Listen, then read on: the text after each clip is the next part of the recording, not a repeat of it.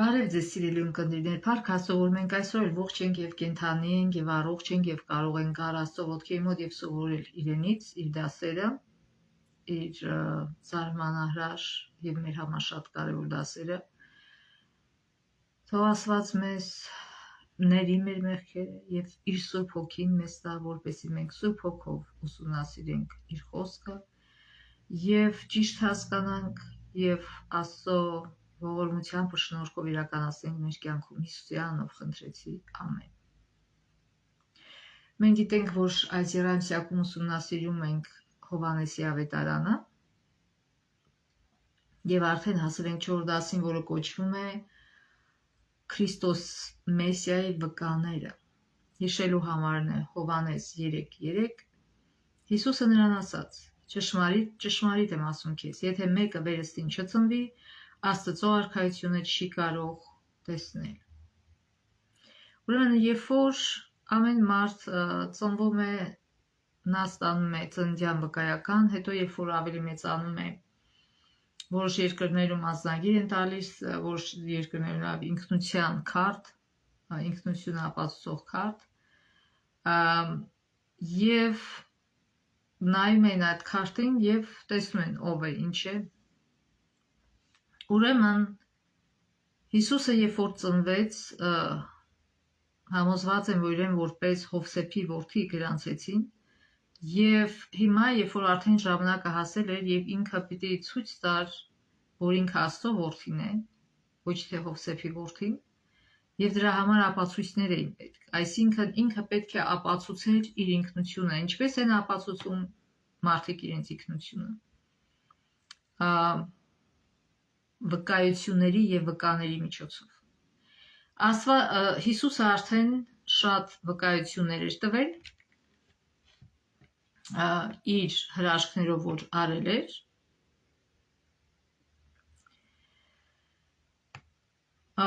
որ մենք ուսումնասիրեցինք անցած դասերում, օրինակ երբ որ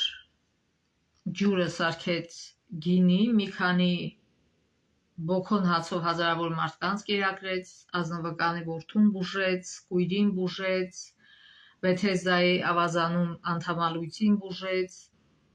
եւ նաեւ Ղազարոսին մեռելներից հարություն տվեց։ Ուրեմն Հովհաննես ավետարանիչի նպատակը գրելու այն է, որ ինքը ապացույցներ տա, որ Հիսուս Աստծո որդին էր։ Եվ դրա համար ինքը օգտագործում է Հիսուսի գործերը որպես վկայություն եւ նաեւ տարբեր մարդկանց որպես վկաներ։ Ուրեմն նաեւ ինքը վկայակոչում է 5 կտակարանը եւ սուրբ գրությունները, դրանք նույնպես վկայում են Հիսուսի մասին, ինչպես ինքը ասեց, ուսումնասիրեք, որովհետեւ դրանք վկայում են իմ մասին։ Ուրեմն այդ բոլորը վկայում են Հիսուսի ինքնության մասին։ Այսօր եւս կնայենք մի քանի մարդկանց օրինակներ, ովքեր վկայեցին Քրիստոսի Աստծո որդու լինելու մասին։ Ուրեմն առաջին հատվածը, որ պիտի կարդանք, Հովհաննես 1:19-23, առաջին վկանու մասին պիտի խոսանք,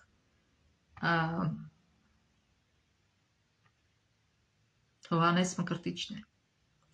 Եվ այս է Հովհաննեսի վկայությունը, երբ հրեաները Երուսաղեմից նրա մոտ քահանաներ եւ ղևտացիներ ուղարկեցին, որպեսզի նրան հարցնեն, դու ով ես։ Նա խոստովանեց եւ չուրացավ, խոստովանեց, թե ես Քրիստոսը չեմ։ Եվ նրան հարցրին, հապա ով, Եղիան ես։ Նա ասաց, ոչ, չեմ։ Մարգարեն ես դու։ Նա պատասխանեց, ոչ։ Արդ նրան ասացին, հապա ով ես, որ մեզ ուղարկողներին պատասխանենք, ինչ ես ասում քո մասին։ Ասաց, ես անապատում կանչողի ձայն եմ, հարթեք Տիրոջ ճանապարհը։ Դա գրված է Եսայա 43-ում։ Ինչպես Եսայա մարգարեն ասաց։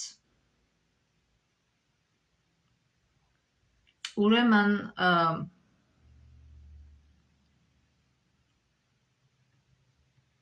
Հովհաննես Մկրտիչը շատ մեծ վստահություն էր վայելում ժողովրդի մեջ, եւ նա հանգիստ կարող էր կամ հեղինակություն եւ նա հանգիստ կարող էր իր հեղինակությունը օգտագործել եւ ասել այո ես մեսիան եմ եւ շատերը իրեն կհավատային եւ կգնային իր ետևից բայց փառք Աստծո որ Հովհաննես Մկրտիչը ճշմարիտ վկան էր Հիսուսի եւ պարզ ասեց որ ես ոչ թե մեսիան եմ այլ այն մարդն եմ ով պիտի առաջնորդի ով պիտի մեսիայից առաջ գա եւ իր մասին լուր տա նրա գալու մասին Հիսուսի ժամանակներին որոշ հիաների սպասում էին երկու մեսիայի, մեկը քահանա, մյուսը թագավոր, Հովհաննեսը հստակ ուսուցանում է, որ Հովհաննես Մկրտիչը չի պնդում, որ ինքն այս մեսիաներից մեկն է, այլ որ միակ ճշմարիտ մեսիայի վկան է։ Եվ Հովհաննես 1-ից այլ նորից առաջին գլխի 6-ից 8-ում Կար մի մարդ ուղարկված Աստծո կողմից եւ նրա անունը Հովհաննես էր։ Նա եկավ որպես վկա, լույսի մասին վկայելու, որ նրա միջոցով բոլորը հավատան։ Նա լույսը չէր, այլ եկել էր լույսի մասին վկայելու։ Պարզ գրված է։ Ուրեմն ինքը ճշմարիտ հավատարիմ վկան էր Հիսուսի եւ ասեց ես Քրիստոսը չեմ եւ նաեւ տարբերությունը այն է որ Հովհաննեսը մկրտում էր ջրով, բայց Քրիստոսը մկրտելու էր հոգով Հովհաննես նորից առաջին գլուխ 33 համար Ես նրան չի ճանաչում, բայց նա ով ինձ ուղարկեց ջրով մկրտելու ինձ ասաց Ում վրա տեսնես, որ հոգին իջնում է ու մնում, նա է Սուրբ Հոգով մկրտողը։ Ու ես տեսա եւ վկայեցի, թե սա է Աստծո որդին։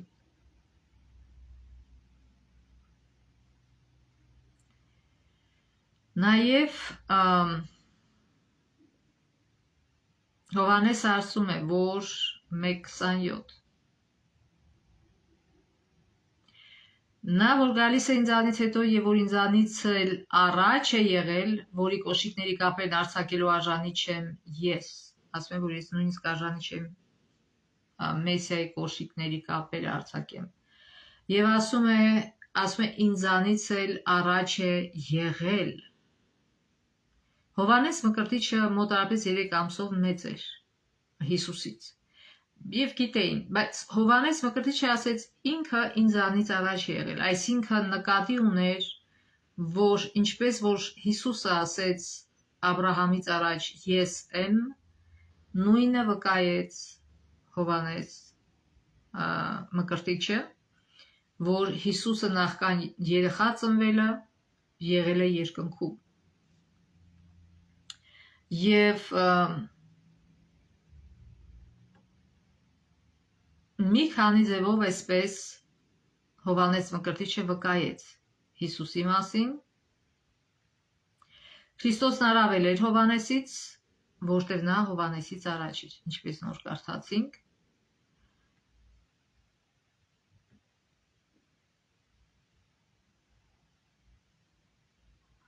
Սա է, որի մասին ես ասում էի, ինձանից հետո գալիս է մեկը, որ ինձանից մեծ է, որտեղ նա կար ինձանից առաջ։ Հովհաննես 1:30 նորից եւ Հիսուսն Աստծո որդին էր եւ Հովհաննեսը պարզապես վկայեց այդ ճշմարտության մասին Հովհաննես 1:34 ու ես տեսա եւ վկայեցի թե սա է Աստծո որդին որտեւ դա հետո կկարդանք ուրեմն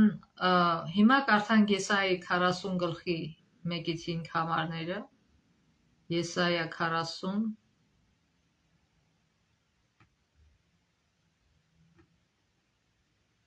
1-ից 5 Մխիթարեք իմ ժողովրդին ասում է ձեր Աստվածը Երուսաղեմի հետ քաղցրությամբ խոսեք հայտարարեք որ նրա զինվորական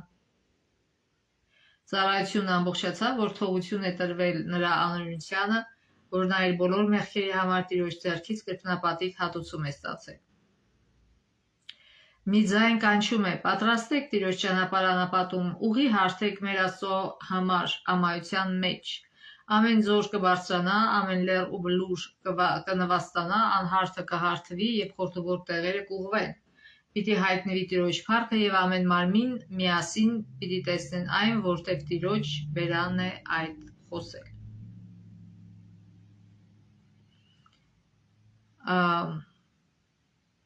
Եվ ինչպես նոր կարդացինք Հովհաննես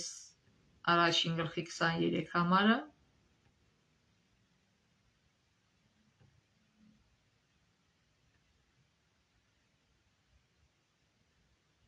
ես անապատում կանչողի ձայնն եմ, հարթեք Տիրոջ ճանապարհը, ինչպես Եսայի մարգարեն ասաց։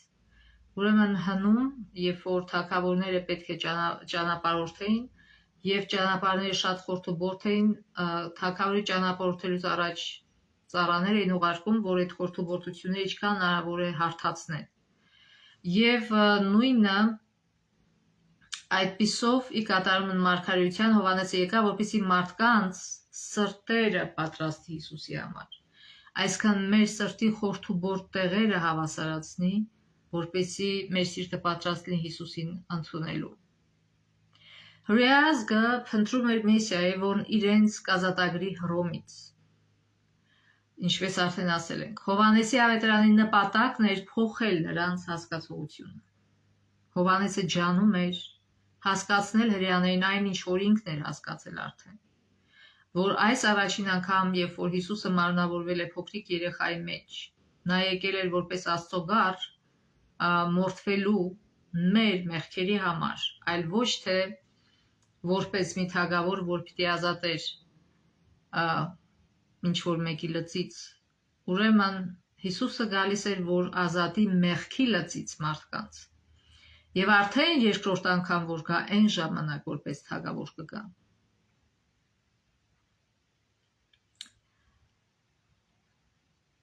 Եվ այսպիսով իրենք ուշադրությունը մարդկանց սևեռում էին այն մարգարեությունների վրա,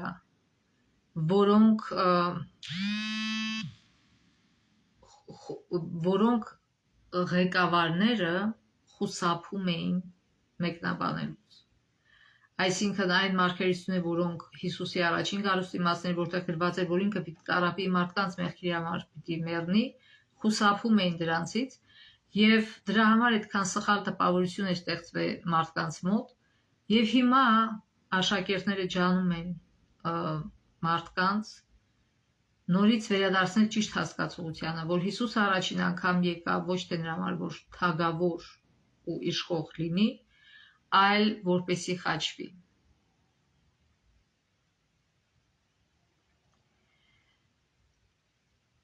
Մեսիան երկրային կառավարիչ չէր լինելու, նա գալու էր, որ կատարի իր մասին 5 տականում գրված բոլոր խոստումները, որոնք բացահայտում են նրա անձնազոհությունը հանուն աշխարհի եւ նորոգի Աստծո ու նրա ժողովրդի միջև հարաբերությունները։ Կարդանք Հովհաննես առաջին գլխի 29-37 համարները։ Հաջորդ օրը Հովհաննեսը տեսավ Հիսուսին, որ գալիս էր իր մոտ ու ասաց. «Ահա Աստծո գառը, որ իր վրա է վերցնում աշխարհի մեղքը։ Սա է, որի մասին ես ասում եմ, ինձանից հետո գալիս է մեկը, որ ինձանից մեծ է, որովհետև նա կար ինձանից առաջ։ Ես չէի ճանաչում նրան, սակայն որպեսզի նա հայտնի լինի Իսրայելին, դրա համար եկա ջրով մկրտելու»։ Եվ Հովհաննեսը վկայեց ու ասաց. «Տեսնում էի հոգին, որ աղավնու պես իջնում էր երկնքից եւ հանգչում նրա վրա։ Ես նրան չի ճանաչում, բայց նա, ով ինձ ուղարկեց ջրով մկրտելու, ինձ ասաց, իսկն Աստված. ում վրա տեսնես, որ հոգին իջնում է ու մնում, նա է Սուրբ Հոգով մկրտողը։ Ու ես տեսա եւ վկայեցի, թե սա է Աստծո որդին»։ Հաջորդ օրը Հովհաննեսը իր երկու աշակերտների հետ դարձյալ կանած էր եւ տեսնելով Հիսուսին, որ գալիս էր, ասաց. «Ահա Աստծո գառը»։ Երկու աշակերտները նրանից լսեցին, ինչ որ ասաց, ու գնացին Հիսուսի հետևից։ Հիսուսը շրջվեց, տեսավ նրանց, որ գալիս էին իր հետևից ու նրանց ասաց. «Ինչ եք ուզում»։ Նրանք ասացին նրան. «Ռաբբի», որ նշանակում է վարդապետ, որտեղ ես մնում։ Հետաքրքիր որ նրանք չասին մենք քեզնով հետաքրված ենք, ուզում ենք իմանանք դու ով ես, Հովանես ասեց, որ դու Աստծո գառն ես, իրանք ուղղակի ուզեցին ծանոթանալ Հիսուսի հետ, ասեցին, որտեղ ես մնում, գիտեք, Հիսուսի Աստծո հետ ծանոթանալը հենց այդպես է սկսում, որ գալիս ես Աստծո մոտ ու ուզում ես իրեն ճանաչել, Հիսուսի մոտ գալիս ես ու ուզում ես իրեն ճանաչել, իսկ որտեղ կարելի է ճանաչել մարդուն, այնտեղ որտեղ ինքը մնում է, հետևելով իր քայլերին, հետևելով իր կյանքին։ Նրանց ասաց, եկեք ու տեսեք, եկան ու տեսան, թե որտեղ էր մնում, այդ օրը նրա մոտ մնացին, որտեղ 17 ժամն էր։ Ուրեմն մենք էլ այս հնարավորությունը ունենք Հիսուսի քայլերին հետևելու, տեսնելու Հիսուսը որտեղ էր մնում, ինչ էր անում, ինչեր էր ասում։ Եվ այդ հնարավորությունը տալիս է մեզ Աստվածաշունչը։ Մենք բոլորս շատ հանգիստ այսօր կարող ենք տան ունենալ Աստվածաշունչ եւ կարդալ ամեն օր առավոտ շուտ մեր օրը սկսել Հիսուսի հետ եւ արդեն մնացորդ օրը նրա հետ անցկացնել, այսինքն այդ գրքի օգնությամբ քայլել նրա հետքերով եւ լսել նրա խոսքերը եւ անձամբ ճանաչել իրեն, ոչ թե ուրիշի խոսքերից։ Մեր քրիստոնյաների խնդիրը այսօր կայանում է նրանում, որ ոչ թե մենք բռնենք Հիսուսի տեղը, այլ Հովանես Մկրտչի պես վկայենք իր մասին, մարդկանց տանենք դեպի Հիսուսը։ Եվ իրեն ցույց տանք այն աղբյուրը, որից իրեն կարող են օգտվել, որպեսզի ճանաչեն Հիսուսին, այսինքն Սուրբ Գիրքը, նաև բնությունը եւ աղոթքը ամենակարևոր մասերից է, որպեսզի դա մեր հոգևոր շնչի պես է, որտեղ բավական չէ միայն լսել Հիսուսի ասածը, նաև պետք է խոսել Հիսուսի հետ, որպեսզի շփումը լիարժեք լինի։ Ուրեմն, Մկրտչի հայտարարությունը, որ Հիսուսը Աստծո գառն է, աջակցում է Հովանեսի ավետարանի նպատակին, այն է Մեսիայի աշխատանքի եւ բնության նորովի ըմբռնումը։ Հիսուսն իրոք լինելու էր զոհաբերության համակարգի խոստման կատարումը, հիշեցնելով Փրկչի վերաբերյալ խոստումը, որն առաջին անգամ տրվել էր Ծննդոց 3:15 համարում։ Երբ որ Աստված ասեց, որ եկեք կարդանք Ծննդոց 3-րդ գլուխ 15 համար։ Ես շնամություն եմ դնում քո եւ կնոջի միջև, քո սերնդի եւ նրա սերնդի միջև, նա քո գլուխը կջախջախի, իսկ դու կխայթես նրա գաշապարը։ Այսինքն դու ի վիճակի ես սատանան միայն ի վիճակի էր խայթել Հիսուսի գաշապարը, բայց Հիսուսը իր գլուխը ջախջախեց։ Այսինքն իր երեսը ամբողջովին բացեց եւ ամբողջ տիեզերքի առաջ երևացի ով է Աստված, ով է Հիսուսը եւ ով է սատանան։ Այսօր շատերին թվում է, թե սատանան էր հաղթել, որտեղ Հիսուսը մեռավ խաչի վրա, բայց ոչ։ Հիսուսը խաչին մեռնելով հենց դրանով ջարդեց թշնամու գլուխը։ Այսինքն իր արարքով նա բացահայտեց, որ ինքը պատրաստ է նույնիսկ իր կյանքը տալ, միայն թե այնքան է սիրում մեզ, որ պատրաստ է իր կյանքը տալ միայն թե մեզ փրկի, այլ ոչ թե այն, որ սատանան էր ասում, որ սատանան դաժան է, որ սատանան դեզ այսպես է անում, այնպես է անում, այսինքն իր նկարագիրը փոխում էր դնում Աստծո վրա, բայց Հիսուսը հաղթեց։ Դարերի փափակ H136, երբ Հիսուսի մկրտության ժամանակ Հովանեսը ցույց տվեց նրան որպես Աստծո գառի, նոր լույս սփռվեց Մեսիայի ծառայության վրա, մարգարեն հիշեց Եսայիա մարգարեի խոսքերը, ինչպես մի գառ, որ մորթվելու է տարվում։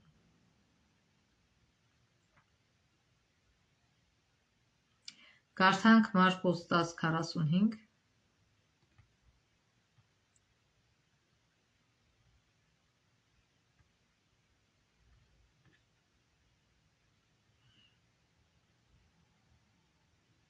Որտեւ մարդու որդին նույնպես չեկա, որ իրեն ծառայեն, այլ որ ինքը ծառայ ու շատերի համար իր կյանքը որպես փրկագին տա։ Այսինքն Հիսուս այս առաջին անգամ եկավ, որպեսի ծառայի պաշտոն կատարեց ինքը։ Եվ դա կատարելով եւ վերջացնելով արդեն երկրորդ անգամ ինքը կգա որպես թագավոր եւ իշխող։ Եվ նույնը սպասվում է նաեւ մեզանից, որպեսզի մենք լինենք այն մարդկանց շարքում Հիսուսի մասին ասում է թագավորների թագավոր։ Այսինքն փրկված մարդիկ կարծես թե կոչվելու են թագավոր, ոչ թե այն առումով, որ այսպես աշխարհիկ թագավորների պես են լինելու, այլ այն առումով, որ բոլորը հավասար թագավորելու են երկրի վրա։ Չի լինելու մի մարդ, որ ավելի շատ իշխանություն ունի, քան թե մյուսը։ Բոլորը հավասար թագավորել են։ Եվ որպեսզի մենք էլ այդ թագավորներից մեկը դառնանք, այդ իրավունքը իշխելու երկրի վրա հավասար բոլորին, բոլորն էլ հավասար իշխել խոսքը եբրայերենում միշտ նշանակում է, այսքան միշտ չէ, բառ կա, որ օգտագործում է այդտեղ, նշանակում է հոգ տանել, այսինքն բոլորը հավասար են լինելու, ոչ թե հավասար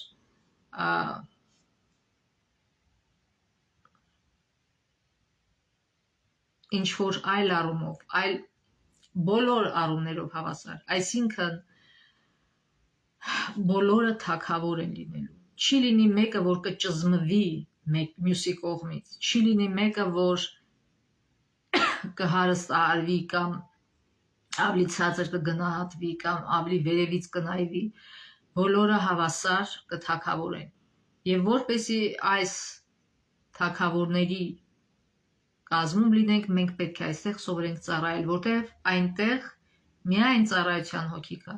թագավորները այնտեղ իրար ծառայում են։ Եվ սա է երկնքի արքայության տարբերությունը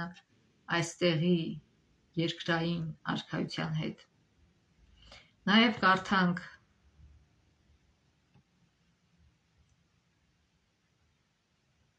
Հռոմեացիս 5:6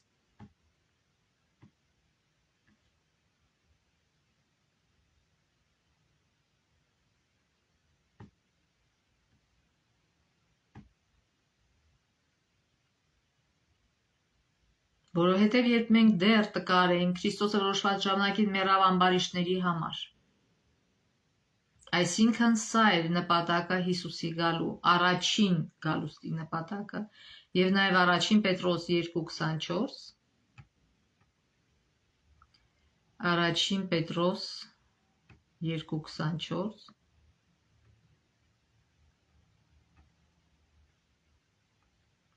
Նա մեր մեղքերն իր մարմնով խաչապայտի վրա բարձրացրեց, որպեսզի մեղքերից հեռանալով արդարության համար ապրենք։ Դուք նրա վերքերով բժշկվեցիք։ Այսինքն ոչ թե Հիսուսը խաչապայտի վրա բարձրացրեց, որ մենք հանգիստ մեղք գործենք, այլ որպեսզի մենք մեղքերից հեռանալով արդարության համար ապրենք եւ նրա վերքերով մենք բժշկվենք ոչ միայն ֆիզիկական հիվանդություններից, այլ նաև հոգևոր հիվանդություններից։ Հովհաննես Մկրտիչը հնարավոր է Հիսուսի ծառայության կամ դերի մասին լիակատար իմաստություն չուներ, սակայն նա վստահ էր, որ Հիսուսը խոստացված Մեսիան է, ով եկել է մարգարեությունը կատարելու։ Եվ ուրեմն մենք արդեն կարդացինք, թե ինչպես երկու աշակերտները գնում են նրա հետևից, որպեսզի տեսնեն, թե որտեղ ենք ապրում եւ մինչեւ առավոտ ամբողջ օրը մնում են իր մոտ։ Աշակերտները թողեցին Հովհաննեսին, որպեսզի հետևեն Հիսուսին, գիտակցելով, որ Հիսուսն ավելի մեծ է, քան Հովհաննես Մկրտիչը եւ որ նա Հովհաննեսի լուրի կատարումն է։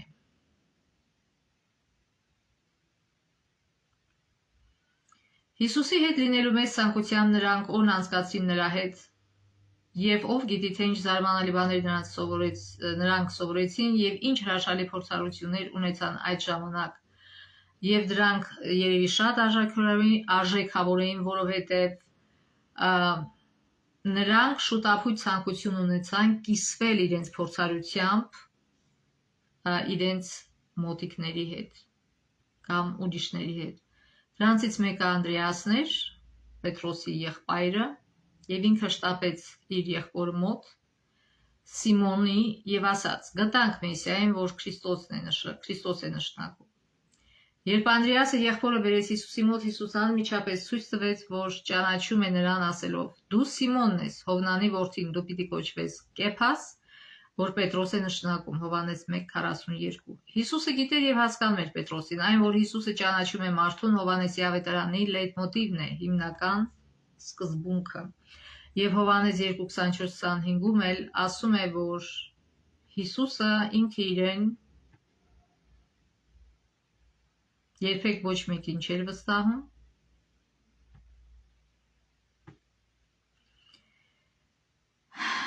ասում է, բայց Հիսուսը նրանց չէր վստահում, որովհետև ինքը բոլորին ճանաչում էր եւ կարիք չկար, որ մեկը մարդու մասին վկար, որովհետև ինքը գիտեր ինչ կար մարդու մեջ, այսինքն մարդը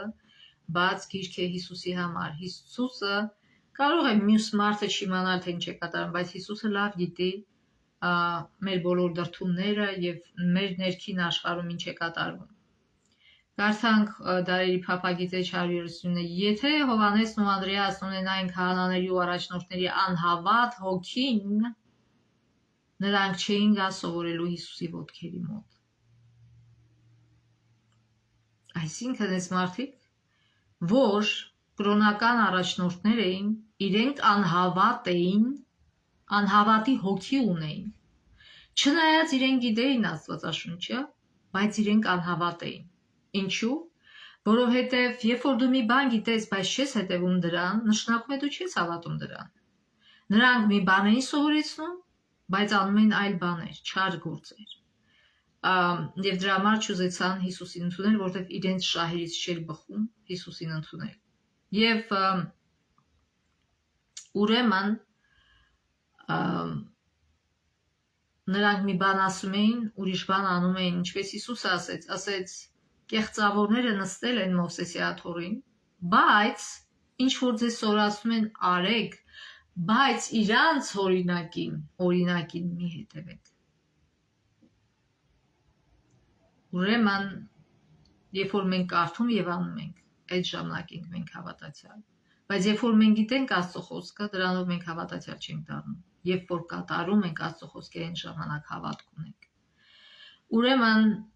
նրանք չէին գա սովորելու Հիսուսի ոտքերի մոտ կամ չէին գալիս սովորելու Հիսուսի ոտքերի մոտ։ Նրանք գալիս էին, այսինքն այստեղ ուզում է ասել, եկեք նորից կարդանք, եթե Հովհաննեսն ու Անդրեասն ունենային քահանաների ու առաջնորդների անհավատ հոգին, նրանք չէին գա սովորելու Հիսուսի ոտքերի մոտ։ Այսինքն երբ որ քահանաները գալիս էին, նրանք չէին ուզում սովորել, նրանք գալիս էին ինչի համար։ Նրանք կգային նրա մոտ որպես քննադատներ վիճաբանելու նրա խոսքերի շուրջ։ Այսինքն նրանք գալիս էին Հիսուսի մոտ միայն իրան սխալ հանելու համար։ Այդքան բան, իրանց չէր հետաքրում ուրիշ բան։ Բայց այդպես չվարվեցին այս առաջին աշակերտները, նրանք արձագանքել էին Սուրբ Հոգու կանչին, որ հնչել էր Հովհաննես Մկրտչի քարոզների մեջ։ Այժմ նրանք ճանաչեցին երկնային ուսուցչի ձայնը։ Աստվածային պայծառությամբ էր լուսաբանվում 5 կտակարանի գրքերի ուսմունքը,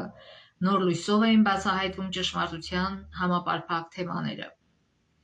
Հովհաննեսի ավետարանի ամբողջ շեշտադրումն այն է, որ բացահայտի, թե ով է Հիսուսը, որպեսզի այս բարի լուրը հասնի համայն աշխարհին։ Ուրեմն այստեղ շատ կարևոր դաս է կրոնական առաջնորդների համար, յուրաքանչյուր եկեղեցու, որ իրենք նմանվեն Անդրեասին եւ Պետրոսին, այլ ոչ թե հրեա քահանաներին եւ առաջնորդներին, որոնք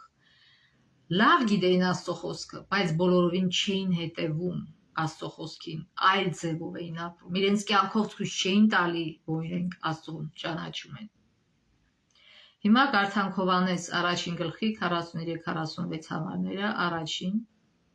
43-46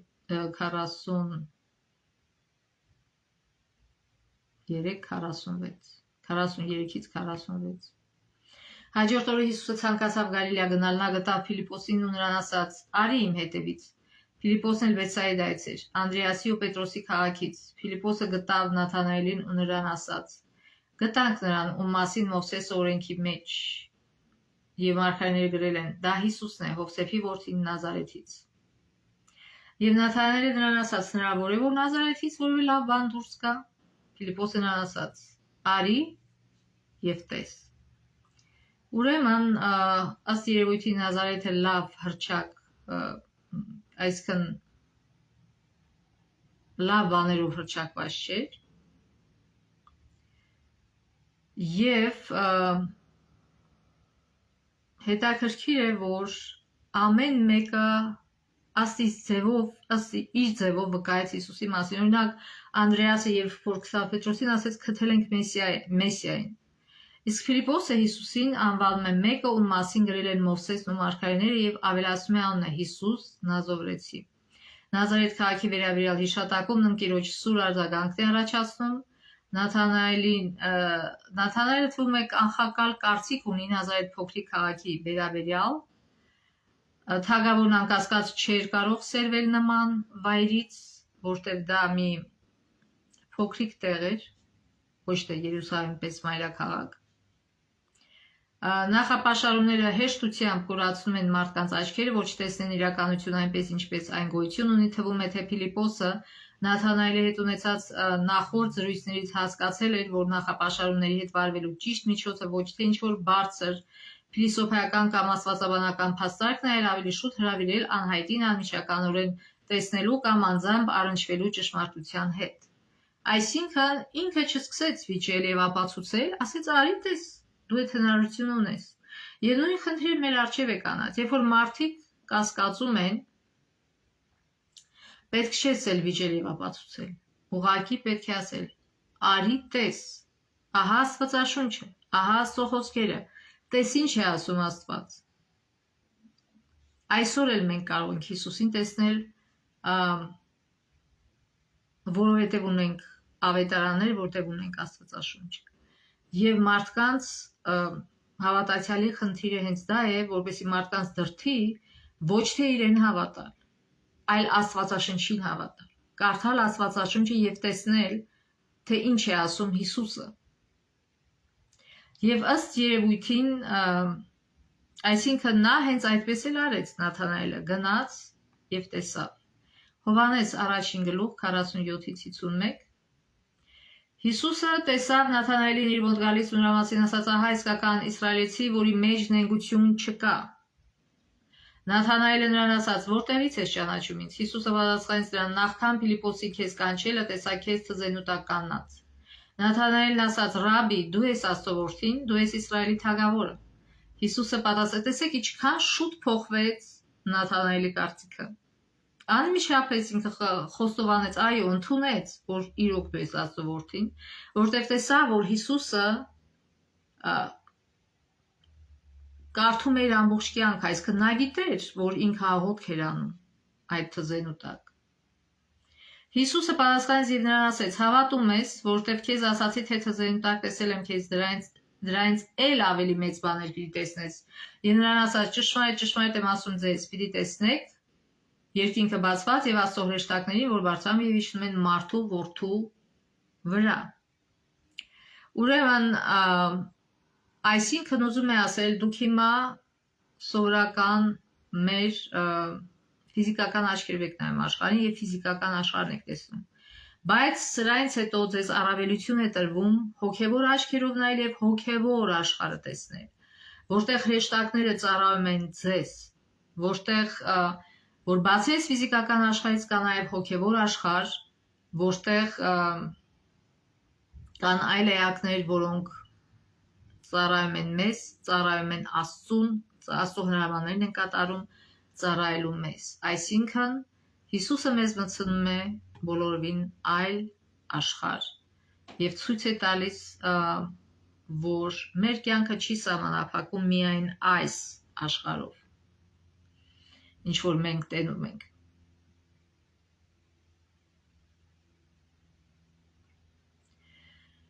Ուրեմն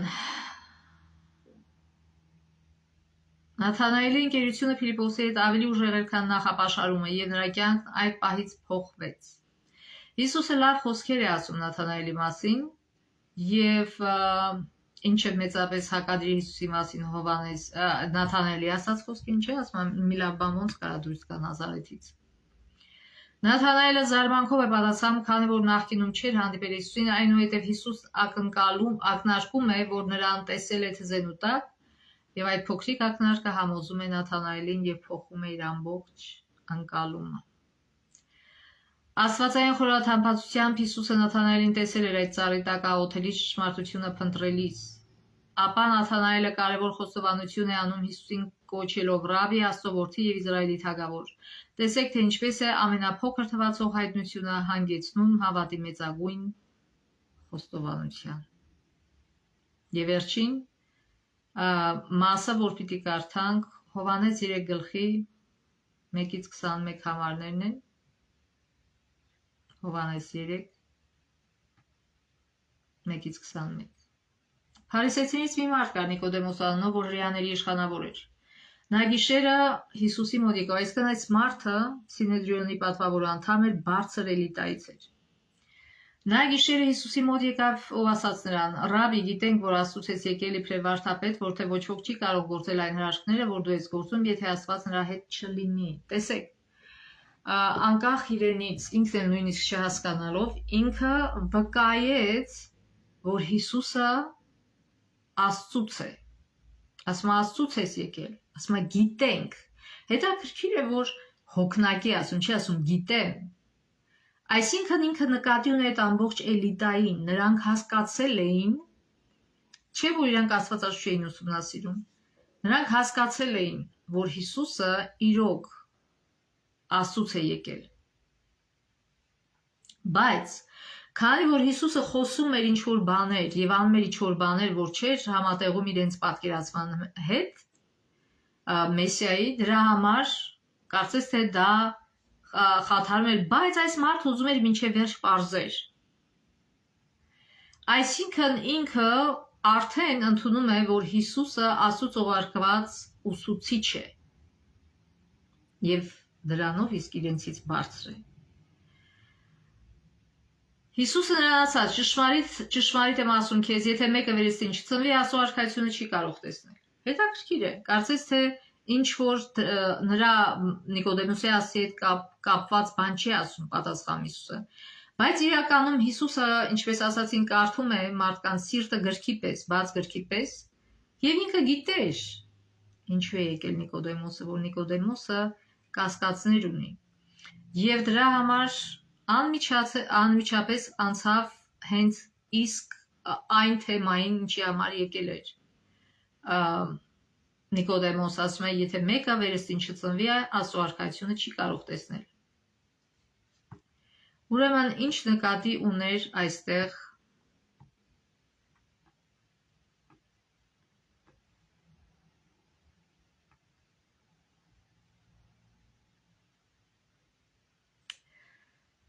Հիսուսը։ Թե հրեաները հավատում էին, որ հեթանոսները պետք է դարձի գան, շատերը չէին հասկանում, որ իրենք, որպես ընտրյալ ժողովուրդ, նույնպես կարիք ունեն դարձի գալու։ Ոչ ոք չի ծնվում փրկված անկախ իր ազգությունից կամ եկեղեցուց, որտեղ նա մեծացել է։ Լինել հրեա չի նշանակում լինել փրկված, լինել հայ քրիստոնյա չի նշանակում լինել փրկված։ Դա մեծ մոլորություն է։ Փրկությունը բոլորին կախված չի, թե դու ինչ ազգության ես պատկանում կամ ինչ եկեղեցու, ասում առաքելական եկեղեցու չլինես չես փրկվի, ես ինչ եկեղեցու չլինես չես փրկվի, այլ ուրեմն եւ կարծում եմ, եթե իրենք հաճախում են այդ եկեղեցին, եթե իրենք պատկանում են այդ ազգին, ուրեմն ավտոմատաբար փրկված են, այդպիսի բան չկա, ավտոմատիկ փրկություն գոյություն չունի։ Այսօր էլ մենք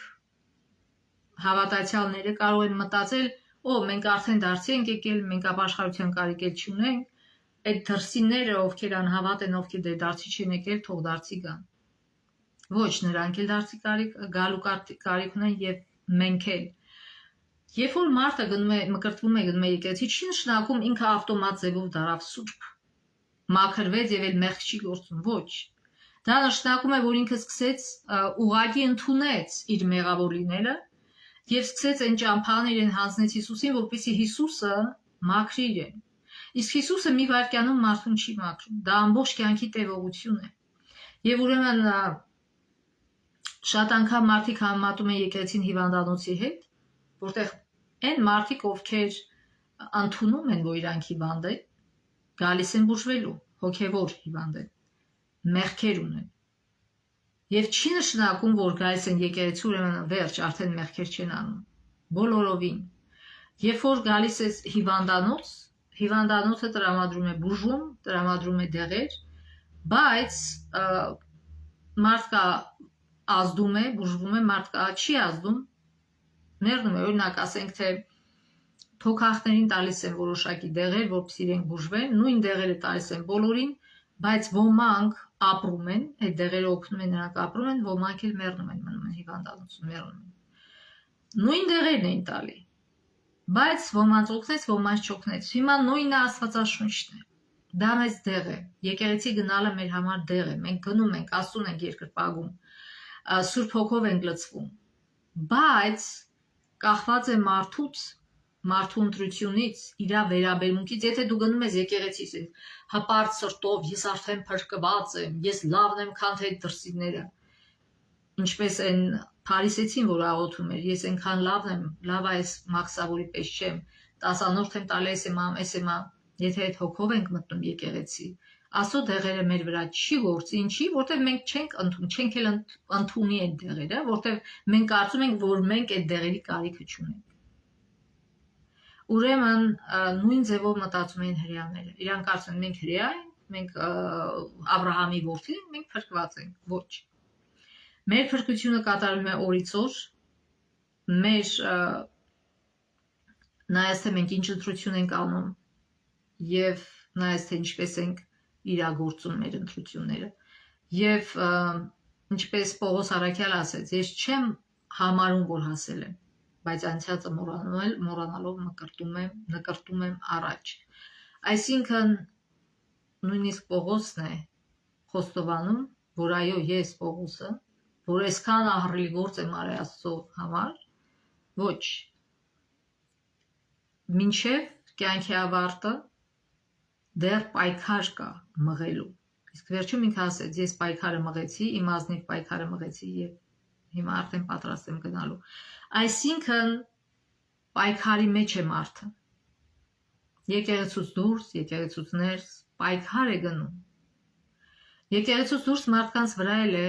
Սուրբ Հոգին ազդում, բայց երբ որ մենք ընդունում ենք եւ գալիս ենք եկեղեցի, ավելի ինտենսիվ բուժում ենք ստանում, ավելի ինտենսիվ է լինում դա, եւ միայն եկեղեցի գալու հարցը չի լուծվում։ Ամենակարևորը, որ մենք ամեն օր կապ ունենանք Աստծո հետ, ամեն օր իր Սուրբ խոսքը կարդանք, դա է մեր միակ հոգեվոր դեղը։ Եթե ուզում ենք փրկվենք մեր մեղքերից, եթե ուզում ենք փոխվել, մենք մեզ պետք է համատենք միայն Հիսուսի հետ, այլ ոչ թե ուրիշների հետ, ինչպես անում էր այդ փարիսեցին։ Իսկ Հիսուսի հետ համեմատելուց մենք բոլորս մաքսավոր ենք։ Այս աշխարհում փարիսեցի չկա, մարդիկ իրենք են համարում իրենց փարիսեցի, որտեղ կույր են, փարիսեական կուրություն, բայց այս աշխարհում բոլորը մաքսավոր են, բոլորը մեղավոր են, այդպես է ասում Աստվածաշունչը։ Եվ մարդ ուրեմն պիտի հասկանա դա, եւ Նիկոդեմոսին հենց դա էր ասում, դու ազգային առաջնորդ ես, դու կրոնական առաջնորդ ես, եւ դու կարծում ես թե դու փրկված ես, ոչ, եթե դու վերստին չծնվես, եթե դու չընդունես Աստծո խոսքը, եթե դու չփոխես քո մտածելակերպը, այսինքն այդ փարիսեական մտածելակերպը, եթե դու չհասկանաս քո կարիքը փրկչի մեջ, դու չես գնա երկնքի առկայություն։ Այսօր Հիսուսը նույնն է ասում բոլորիս, ոչ միայն անհավատներին, այլ նաև հավատացյալներին եւ առավել եւս կրոնական առաջնորդներին, կապ չունի որ եկեղեցու, բոլոր կրոնական առաջնորդներին, որտեւ ամենաուժեղ թիրախում իրանք են։ Իրանք մոլորվում են կարծելով, որ եթե իրանք ղեկավարում են, եթե իրանք կրոնական առաջնորդ են, ուրեմն իրանք անթերի են, ուրեմն իրանք անսխալական են եւ չեն ուզում ոչ մի քննադատություն ընդունել եւ սկսում են առավելություն, իրանք համարում են, որ իրանք առավել վիճակում են, սկսում են թանկանոց կյանքով ապրել, այսպես ասենք։ Շատերը թանկանոց մեքենա են քշում, աղքատների հետ չեն ուզում շփվել եւ չեն մտածում, որ պետք է գանձերը հավաքել երկնքում, այլ ոչ թե երկրի վրա։ Այսօր շատ ընտանիքներ կան, որ Հիսուսը չի ունեցել ոչ մի ոչ թանկանոց, ոչ էլ էժանանոց մեքենա, այսինքն այն ժամանակ ձիեր ու էշերն էին, ձիերը թանկանոց, ասենք, այսպես ասենք, սպորտային լավ մեքենաներ, արագ ընթաց, էշերն էլ դանդաղ էին գնում, բայց դե էլի տրանսպորտային միջոց էին։ Հիսուսը չուներ, ոչ ձի ուներ, ոչ էշ ուներ։ Բայց այսօր, երբ որ նայում ես ազգային առաջնորդներին, այս կներեք, կրոնական առաջնորդներին, իհարկե սա եւ թանկանոց մեքենաներն են եւ անջետ չեն էլ մտածում, որ կարող են իրենց թանկանոց մեքենան վաճառել իրենց համար համեստ մեքենա գնել, որտեղ քրիստոնյան պետք է համեստ լինի, որպեսի իրանք իրանց հարստության մարդկան շեն բերի Հիսուսի մոտ, հասկացեք, այտենց չի լինում։ Ձեր հեզությամբ ու խոնարհությամբ, ճշմարտությամբ կարող եք բերել Հիսուսի մոտ։ Իրանք ձեզ համեմատելու են Հիսուսի հետ, ձեր կյանքը Հիսուսի կյանքի հետ են համեմատելու եւ տեսնելու են, որ բոլորովին տարբեր է։ Այսօր այնքան աղքատ ընտանիքներ կան, որոնք ունեն երեխաներ եւ չեն հասցնում, աշխատում են, չեն հասցնում։ Ընդհանրապես իրանց մի հատ էժանանոց մեքենա է հերիք, որ իրանք կարողանան փող աշխատել եւ էլ ոչ մեկից փող չուզել։ Եվ իրենք կարող էին այդ ավտոն ծախել իրենց համար համեստը գնել եւ գոնե մեկին ապրուստի միջոց արգելել։ Բայց ցավոք իրանք այլ ձև են հասկանում, ինչպես այս հրեա առաջնորդները։ Սրանք էլ հարստացել էին, փակված ման էին գալիս, աղքատներին արհամարում էին, չէին ուզում հետները գործ ունենալ։ Մի խոսքով ցավալի է, բայց այս Նիկոդեմոսի օրինակը վերաբերում է հենց ազգային առաջնորդներին եւ այն ժամանակ նրանք ոչ միայն, այսինքն կրոնական առաջնորդին, ոչ միայն կրոնական առաջնորդները, այլև ազգային, աշխարհիկ եւ կրոնական իշխանությունը իրանց ձեռքում էր, մի հատ էր։ Եվ ուրեմն սա վերաբերում է նաեւ աշխարհիկ ղեկավարների։ Եթե այսօր թե աշխարհիկ, թե կրոնական առաջնորդները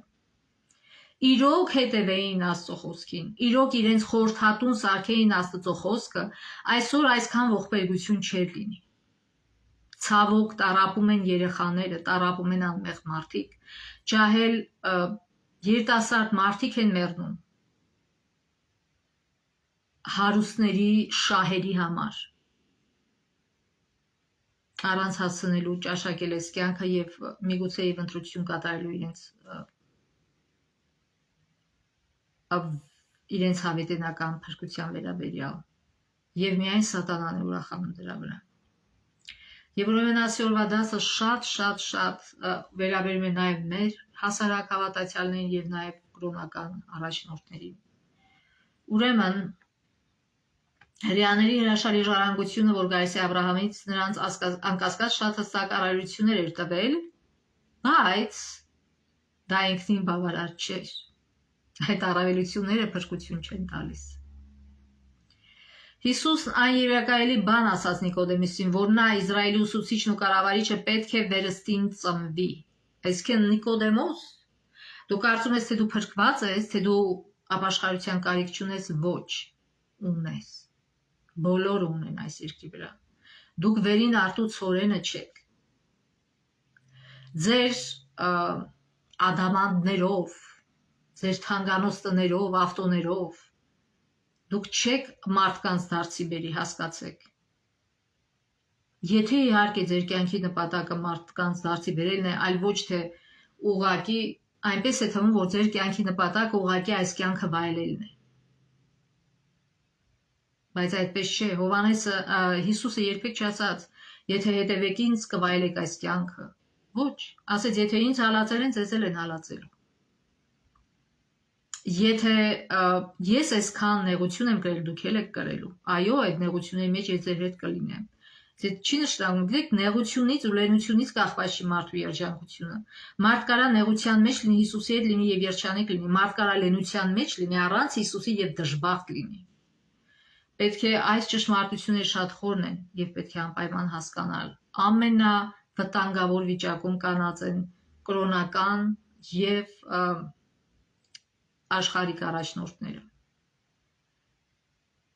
որովհետև մի քիչ բարձր իրենց դիրքը եւ իրանք կարծում են, թե ինչ որ բան են իրանցից ներկայացնում, չեն հասկանում, որ իրենք էլ էս մյուս հասարակ մարդկանց պես նույն ձևի կարիք ունեն Հիսուսի Աստծո առաջ ապաշխարելու եւ իրենց բնավորությունը փոխելու, դառնալու խոնար եւ հավաքելու իրենց գանձերը երկնքում, այլ ոչ թե երկրի վրա։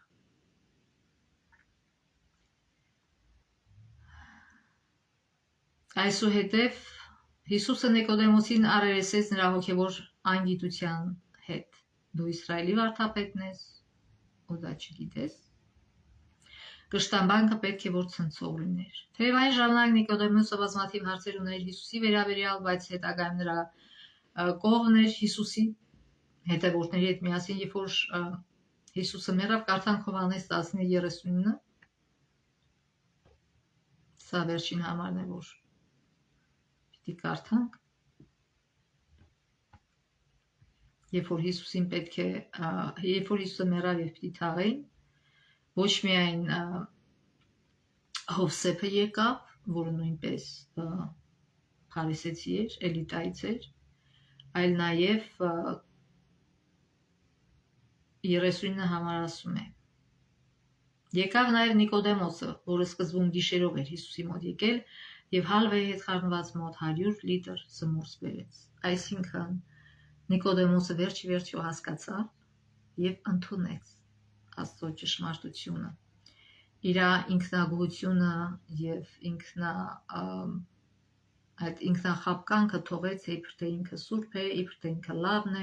իրոք ինքը բարի մարդ էր եւ շատերին էր լավություն անում, հասկացավ, որ ինքն էլ փրկչի կարիք ունի, ինչպես յուրաքանչյուր մարդ այս աշխարհի վրա։ Եվ դա ոչ միայն վերաբերում է հարուստներին, նաեւ աղքատներին, ովքեր լիքը հապարտ աղքատներ կան, որ ասում են, «Ոայ, ես այնքան լավ մարդ եմ»։ Ուրեմն դա վերաբերում է յուրաքանչյուրին։ Նիկոդեմոսը բոլորին վերջում կարդանք Դարերի փապակից, էջ 175-176։ Նիկոդեմոսը բոլորին այլ կերպ սկսեց ուսումնասիրել գրքերը, ոչ թե տեսությունը քննարկելու, այլ նոր կյանք ստանալու համար։ Հանձնելով Սուրբ Հոգու առաջնորդությանը, նա սկսեց տեսնել երկնքի արքայությունը։ Հավատով մենք ստանում ենք Աստծո շնորհը, բայց հավատն ինքն իրենով չի կարող մեզ փրկել, հավատով ոչինչ չենք վաստակում։ Հավատը մի ձեռք է, որով մենք կառչում ենք Քրիստոսից եւ մեր սեփականն ենք դարձնում նրա արժանինքները մեղքի դեմ միակ դեղամիջոցը։ Ապաշխարությունն էլ ինչպես թողությունը գալիս է Քրիստոսից։ Ապա ուրեմն ինչպես պետք է փրկվենք։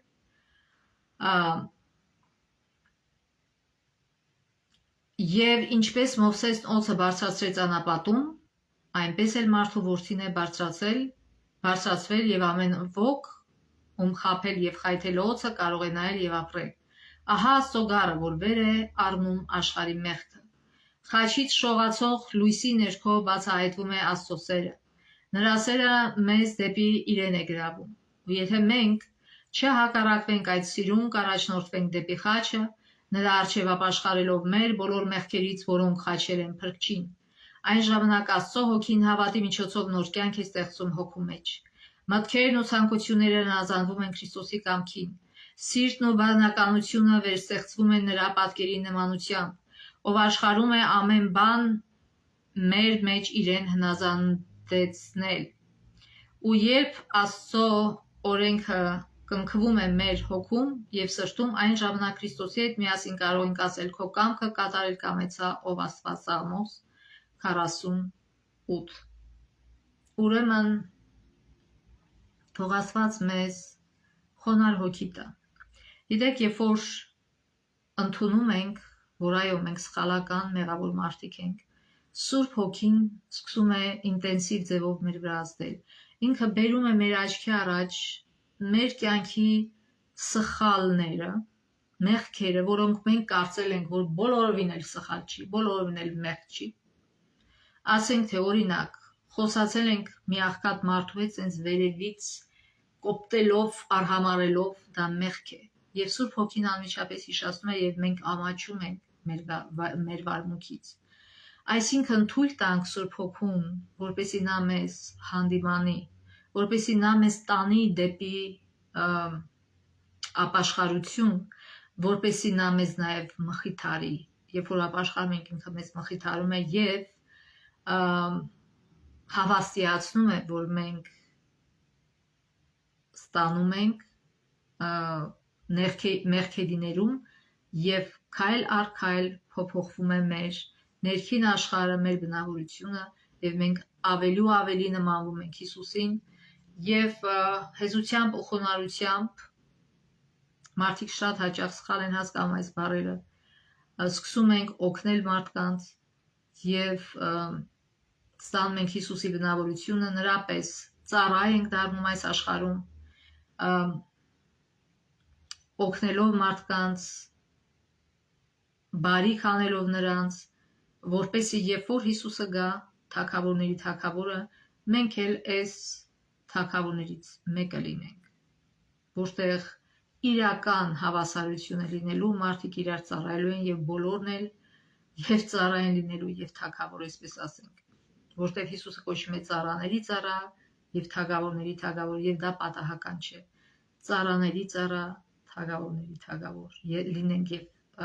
այս հիմա լինենք ծառա, որպեսզի հետո լինենք թագավոր, թող Աստված մեզ օրհնի, որպեսզի այս դասերը, այս անգին դասերը, որ Աստված մեզ տալիս է, տեղ գտնեն մեր սրտում, թույլ տանք, չդիմադրենք Սուրբ Հոգու աշխատանքին, չդիմադրենք Հիսուսին, այլ ընդունենք եւ այդ ժամանակ կտեսնենք փոփոխություններ մեր բնավորության մեջ, նաեւ մեր կյանքում, փոփոխությունները մեր բնավորության մեջ կտանեն փոփոխությունների մեր կյանքում եւ մեր հարաբերություններում մարդկանց հետ, ուրեմն թող Աստված մեզ օրհնի այս հաջորդ շաբաթվա յուրաքանչյուր օրը սկսենք Աստծո հետ, ինչպես աշակերտները գնացին եւ տեսան, որտեղ Հիսուս ապրում, լսեցին նրան, մենք էլ մեր օրը սկսենք Հիսուսին լսելուց եւ ապա նրա հետ խոսելուց եւ ապա մնացորդ օրը մենք կլինենք Աստծո հետ եւ արդեն ճիշտ քայլեր կանենք մեր կյանքում, մեր կյանքով ցույց կտանք, որ մենք ոչ միայն խոսքով ենք, այլ նաեւ գործով ենք հավատացյալ, թող Աստված մեզ օրհնի, Աստծո ողորմության մինչև մյուս շաբաթ